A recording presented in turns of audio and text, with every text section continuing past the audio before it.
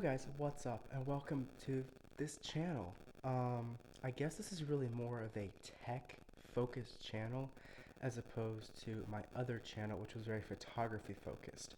And so I guess it's just a warm welcome. What's really gonna be happening with this channel? Like I said, it's gonna be more tech focused, not as photography focused. And while I still love photography, I'm kind of putting it off to the back burner for a little bit. Been doing it for like 5 years, and I actually need to take a little bit of a break, and I thought doing more videos would help me, but videos in a different lane really. And so this channel is going to be quite an assortment of videos, whether that be really tech reviews or just talking about tech or really how-to videos even. This is going to be a complete litany of every single thing you can think of relating to tech really. Yeah, so just if you enjoy high quality tech videos, this is really one of the places you should be. So go ahead and hit the subscribe button, and right below the like button you can leave a comment talking about what you want to see, what you think I could be doing better, and really anything like that. So with that being said, let's get into the first video.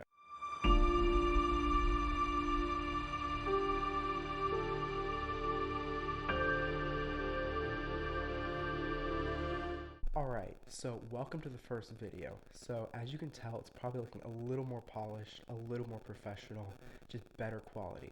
And there's a couple reasons for that really. One, I love doing video, and now with the job I have right now, I have access to a lot more technology that helps. So I'm recording on a lot better stuff. I have a 6D Mark II standing in front of me here. I have a Canon 80D over here. I've got a nice light here. Got a wonderful microphone here. What brand is it? It's a I don't know, it's just an MX56 560 I think, condenser mic. I just have access to so much wonderful technology, and that's just really helping me power forward into this new realm of video, because I feel personally if I can create video like this that I enjoy, that looks this good, I'll be able to take that other places and learn and apply it, and then see if I really want to do it in the long run. So yeah, so in today's video I'm really going to be talking about tech, and old tech versus new tech really. And so what comes to your mind when you think old technology? When I throw that term out there, what comes to mind? For some of you, that may be typewriters, that may be like the first laptops that weighed 16 pounds, and were such a benefit over the binders you were carrying. I know my mom has stories about carrying these binders and manuals everywhere, and it broke her back. Not literally, but just like back-breaking labor carrying these everywhere.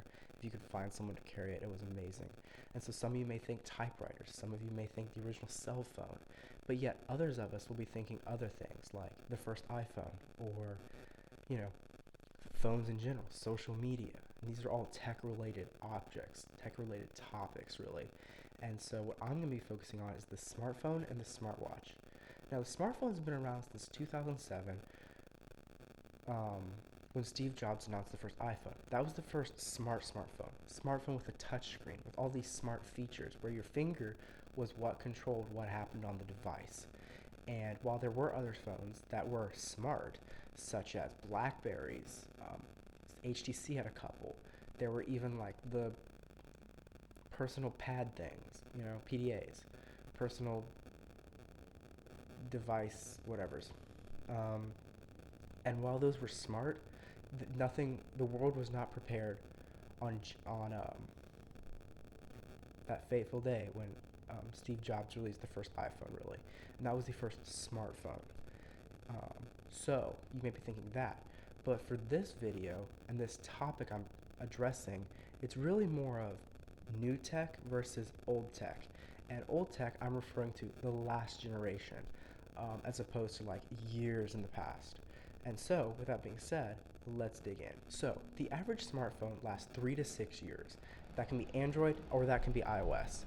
And for these devices, Android's usually around the 3 to 4, while iOS can stretch up to 6 to 8 years.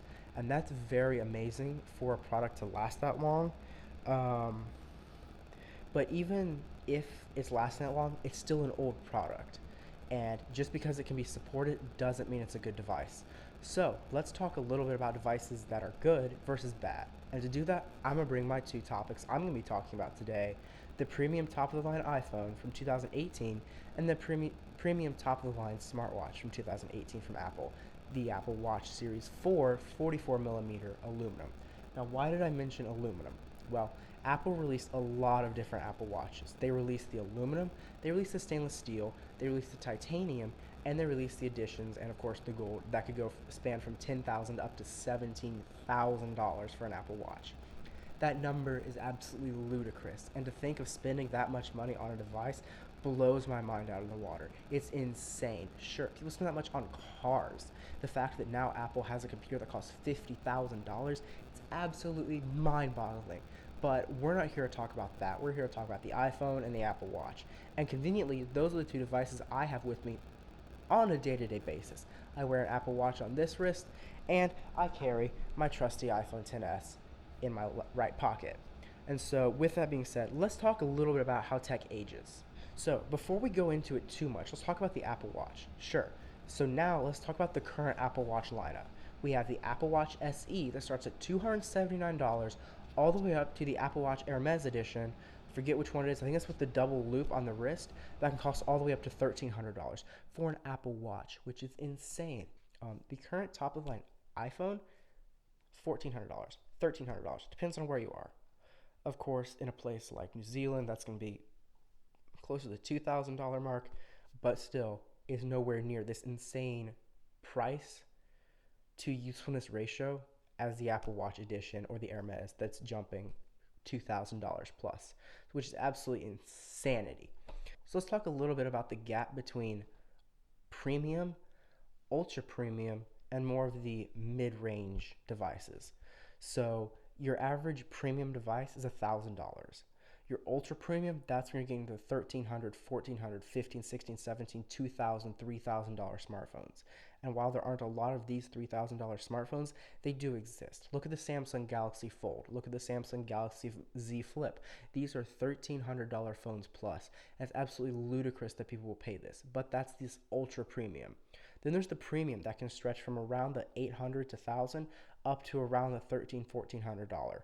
That will get you a Samsung S21 all the way up to like an S21 Ultra, an iPhone XS Max, sorry, an iPhone 12 Pro Max. That will get you that upper echelon of the lower end versions. Of course, there's the iPhone 12 mini, which is down at that $600-$700 mark, actually $700-$800 mark, which can stretch ad nauseum. Of course, Apple did release the new SE. Don't get it, it's horrible, but that's down really at the $399 mark to try and get this full market range that so many other people have that Apple's been lacking for years.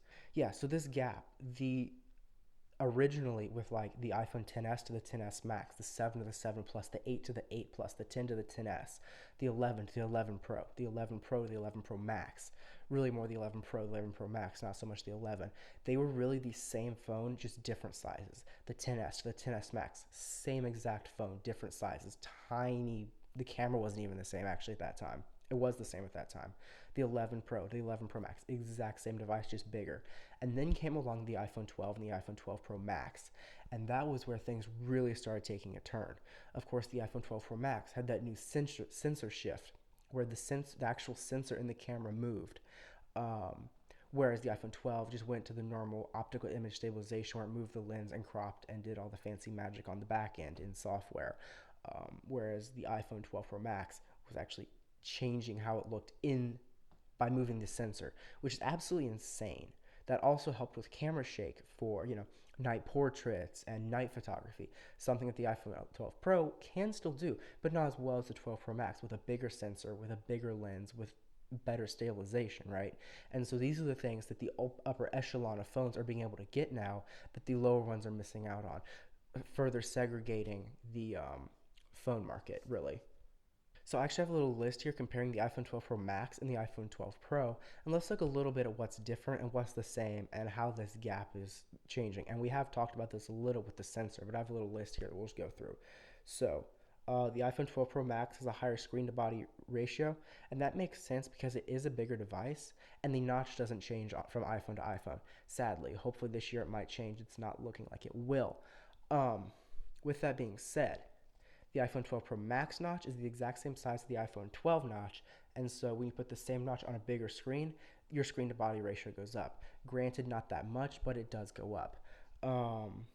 So it goes up to an 87.4% screen to body ratio as opposed to the 86%. Of course, that is a 1.4% change, not that much, but it is noticeable when you're looking at the phone, when you're looking at the specs. It's one of those things that jumps out at you. Um, and then there's also the cameras, right? The wide camera has a zero point 0.3 micrometer sensor size increase on the 12 Pro Max, along with that sensor shift technology that is not in the normal 12 Pro.